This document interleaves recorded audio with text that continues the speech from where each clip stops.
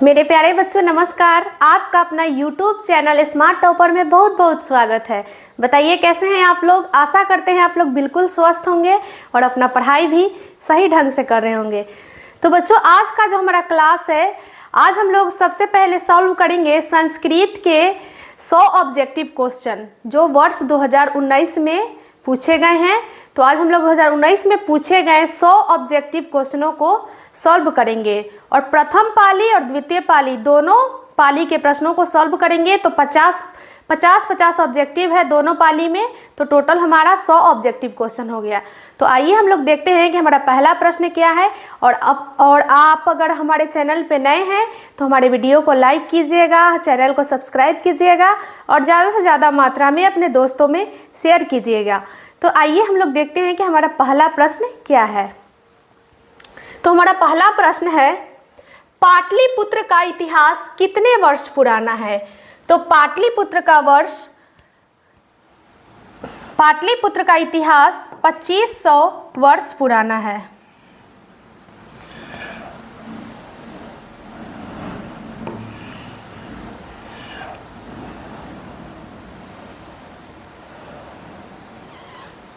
Next हमारा question है, सरस्वती का कुलगृह कौन सा महानगर था। तो सरस्वती का कुलगृह पाटलिपुत्र को कहा गया है। घर में लगी आग को देखकर कौन लोग पलायन हो गए। तो धूर्त लोग जो थे, बनावटी आलस दिखाकर आए थे भोजन ग्रहण करने, वो लोग पलायन हो गए। चारों आलसियों को कैसे बाहर किया गया। तो उनका केस पकड़कर बाहर निकाला गया। अलस कथा अंतर्गत मिथिला में कौन मंत्री थे। तो मिथिला के मंत्री का नाम वीरेश्वर था। बनावटी आलस्य दिखाकर कौन भोजन ग्रहण करते थे। तो धूर्त लोग बनावटी आलस दिखाकर भोजन ग्रहण करते थे। विजयंका का काल किस शतक में माना जाता है। तो विजयंका का काल 8वीं सदी में माना जाता है, यानी कि अष्टम। आधुनिक काल की संस्कृत लेखिकाओं में कौन अति प्रसिद्ध है। तो पंडिता क्षमा राव अत्यंत प्रसिद्ध है। वनमाला भवालकर किस काल की संस्कृत कवित्री थी। तो वनमाला भवालकर वर्तमान काल की प्रसिद्ध संस्कृत कवित्री थी। नर्क के द्वार कितने प्रकार के हैं जिनसे व्यक्ति का नाश होता है। तो नर्क के 3 द्वार हैं, काम, क्रोध और लोभ। विनय को कौन मारता है। तो विनय को अकीर्ति मारती है।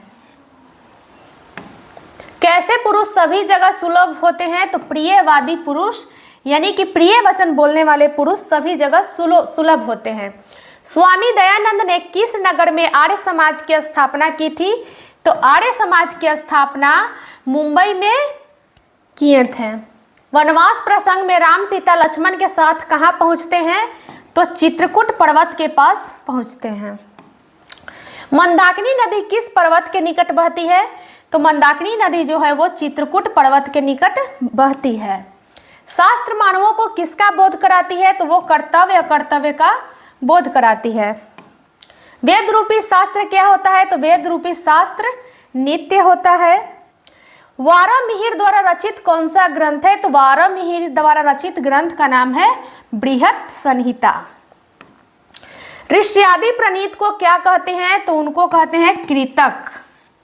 नेक्स्ट हमारा क्वेश्चन है, ऋषि गौतम ने किस दर्शन की रचना की। तो वो न्याय दर्शन की रचना किए थे। निरुक्त का क्या कार्य है। तो निरुक्त का कार्य है यथार्थ बोध कराना। वैर से वैर का संबंध क्या है। असंभव। और ये कथन है गौतम बुद्ध का। दुख का विषय क्या है। तो दुख का विषय है अशांति। अगर हमारे जीवन में अशांति रहेगी तो हम लोग वैसे ही दुखी रहेंगे। परपीड़न किस लिए होता है। तो पाप के लिए परपीड़न होता है। एक देश दूसरे देश को क्या देखकर जलते हैं। तो उत्कर्ष देखकर जलते हैं। नेक्स्ट क्वेश्चन है, वस्तुतः इस समय संसार किस महासागर के कुल मध्य दिख रहा है।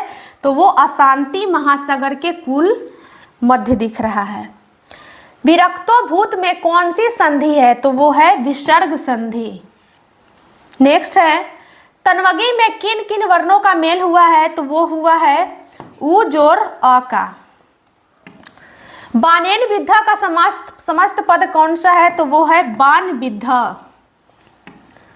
अकिंचन का विग्रह कौन सा है? तो न किंचन अकिंचन का विग्रह है। अनुरूपम किस समास का उदाहरण है? तो ये है अव्ययीभाव समास का उदाहरण। नेक्स्ट क्वेश्चन है तत्पुरुष समास का उदाहरण कौन सा है? तो काकः बलि तत्पुरुष समास का उदाहरण है। मया ग्रंथा पठिता वाक्य के मया पद में तृतीया विभक्ति किस सूत्र से हुई है? तो वो हुई है अनुक्ते कर्तरी तृतीया। अपवर्गे तृतीया सूत्र का उदाहरण कौन सा है? तो वो है तेन मासेन व्याकरणम पठितम। नेक्स्ट क्वेश्चन है डॉट डॉट भोजनम कृतम वाक्य के रिक्त स्थान में कौन सा पद होगा? तो वो होगा मया। मया यहाँ पे भराएगा मया भोजनम कृतम। नेक्स्ट है पराभाव पद में कौन सा उपसर्ग है? तो वो परा है। नेक्स्ट क्वेश्चन है अप उपसर्ग से कौन सा शब्द बनेगा? तो वो बनेगा अपकर्ष। अपकर्ष। अघन में कौन सी धातु है? तो वो है हन धातु। नेक्स्ट है भव किस लकार का रूप है? तो भव है लोट लकार का रूप। क्री धातु के लोट लकार मध्यम पुरुष एक वचन का रूप कौन सा है? तो वो हो जाएगा कुरु। लता शब्द के चतुर्थी एक वचन का रूप कौन सा है? तो वो है लताए। मातु किस विभक्ति का रूप है? तो मातु पंचमी विभक्ति का रूप है। विदत्सु किस शब्द का रूप है? तो विद्वस शब्द का रूप है। लघुतर में कौन सा तद्धित प्रत्यय है? तो लघुतर में हो जाएगा तरप। देव जोड़ त्व से कौन सा शब्द बनेगा? तो देवत्वम शब्द बनेगा। दृश्य जोड़ कतवा से कौन सा शब्द बनेगा? तो वो बनेगा दृष्टवा। दृष्टवा। गमनम में कौन सा प्रत्यय है? तो गमनम में ल्यूट। नाड़ी में कौन सा स्त्री प्रत्यय है? तो नाड़ी जोड़ धीन होता है नाड़ी। नेक्स्ट है अजा जोड़ टाप से कौन सा शब्द बनेगा? तो वो बन जाएगा अजा। आधार में कौन सी विभक्ति होती है? तो होती है अधिकरण विभक्ति। नेक्स्ट है इतना देखिए बच्चों 50 तक हमारा 2019 प्रथम पाली का क्वेश्चन था। अब आगे हम लोग देखेंगे दूसरी पाली का प्रश्न। तो आइए हम लोग देखते हैं। सबसे पहला क्वेश्चन है द्वितीय पाली का। देखिए यहाँ पे द्वितीय पाली है। महान से भी महान क्या है? तो महान से भी महान आत्मा होता है। नेक्स्ट है यह संपूर्ण संसार किसके द्वारा अनुशासित है? तो वो परमात्मा के द्वारा अनुशासित है। परिभूत पुरंदर स्थानम को संज्ञा किसे दी गई है? तो वो दिया गया है पाटलिपुत्र नगर को। नेक्स्ट क्वेश्चन है गुरु गोविंद सिंह का जन्म स्थल कहाँ है? तो वो है पाटलिपुत्र। यूनान का राजदूत कौन था? तो यूनान का राजदूत मेगास्थनीज था। स्थिति सौकर्य मूला ही डॉट डॉट के न धावंती जंतव, यह उक्ति किस पाठ से संकलित है? अब ये उक्ति बच्चों अलस कथा पाठ से लिया गया है कि अपने जैसा जंतुओं का सुख देखकर कौन नहीं जीव दौड़ के जाएगा। तो वो अलस कथा से लिया गया है यह पंक्ति। नेक्स्ट है याज्ञवल्क्य अपनी पत्नी मैत्रेयी को किसकी शिक्षा देते हैं? तो वो शिक्षा देते हैं आत्म तत्व की। नेक्स्ट है विजय भट्टारिका किसकी पत्नी थी? तो विजय भट्टारिका चंद्रादित्य की पत्नी थी। पंडिता क्षमा राव द्वारा रचित सत्याग्रह गीता किसके दर्शन द्वारा प्रभावित है? तो वो महात्मा गांधी द्वारा प्रभावित है। किस देश में देवता बार बार जन्म लेना चाहते हैं? तो भारत देश में देवता बार बार जन्म लेना चाहते हैं। अंतिम शिक्षा संस्कार का नाम क्या है? तो अंतिम शिक्षा संस्कार है समावर्तन संस्कार, जिसमें शिष्य क्या गुरु के घर से शिक्षा प्राप्त करके अपना घर लौट जाते हैं और आते समय गुरु जी अपने शिष्य को उपदेश देते हैं। तो वो आता है समावर्तन संस्कार में, जो कि हमारा सबसे अंतिम शिक्षा संस्कार है। प्राचीन काल में शिष्य को क्या कहते थे? तो प्राचीन काल में शिष्य को ब्रह्मचारी कहा जाता था। विवाह संस्कार के अंतर्गत क्या नहीं आता है? तो क्या नहीं आता है, तो सबसे पहले हम देखेंगे कि वागदान तो विवाह संस्कार के अंतर्गत आता है।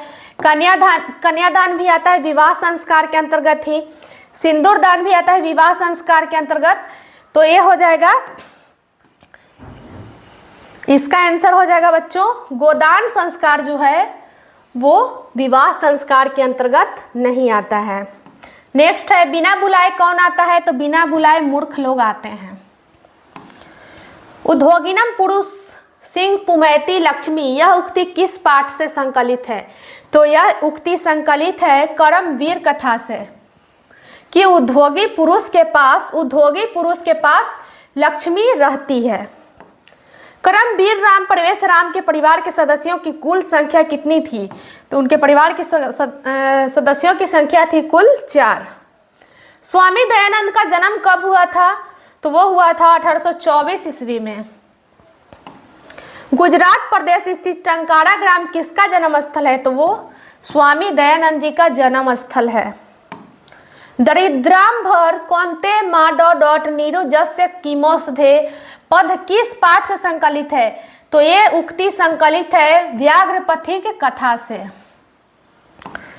महतराम भिक्षा याचे, यह किसकी उक्ति है, तो यह उक्ति है शक्र की। कर्णस्य दानवीरता पाठ से यह उक्ति लिया गया है। वैरेन वैरस्य शमनम असंभव, यह किसकी उक्ति है, तो यह महात्मा बुद्ध की उक्ति है। और यह कथन जो पंक्ति है वो लिया गया है विश्व शांति पाठ से। शास्त्र किसके लिए कर्तव्य और अकर्तव्य का विधान करते हैं, तो मानवों के लिए। मीमांसा दर्शन के रचनाकार कौन है, तो है जैमिनी। नेक्स्ट है महर्षि यास्क द्वारा रचित ग्रंथ का नाम क्या है, तो वो निरुक्त है। अनुच्छेदम का संधि विच्छेद क्या होगा, तो अनु जोड़ छेदम। मना जोड़ रंजनम की संधि क्या होगी, मनोरंजनम। अ जोड़ ए के मेल से कौन सा नया वर्ण बनेगा, तो वो बनेगा अय। विद्यार्थी में कौन सी संधि है, तो वो है दीर्घ संधि।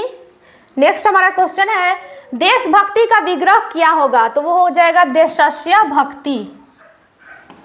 रामा च सीता च का समस्त पद क्या होगा, तो हो जाएगा रमा सीते। बहुब्रीहि समास का उदाहरण कौन सा है, तो लंबोदर।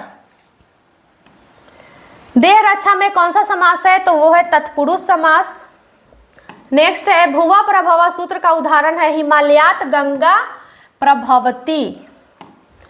रुच धातु के योग में जिसे कोई वस्तु प्रिय लगे उसके लिए चतुर्थी विभक्ति किस सूत्र से होती है, तो वो होती है रुच्यार्थानाम प्रियमानः। नेक्स्ट है सव्याघ्रात विभेति, जहाँ रेखांकित पद में कौन सी विभक्ति है, तो वो है पंचमी विभक्ति। अंग विकार के अर्थ में कौन सी विभक्ति होती है, तो वो होती है तृतीया विभक्ति। किस शब्द में वी उपसर्ग है, तो विहार में वी उपसर्ग है। अभिज्ञान शब्द में कौन सा उपसर्ग है, तो अभी।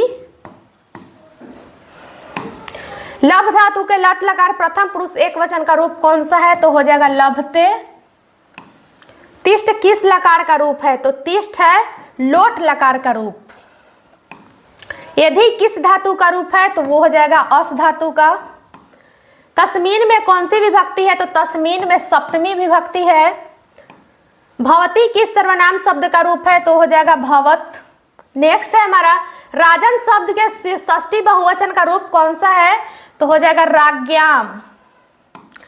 पठ जोड़ कतवा से कौन सा शब्द बनेगा, वो बनेगा पठितवा।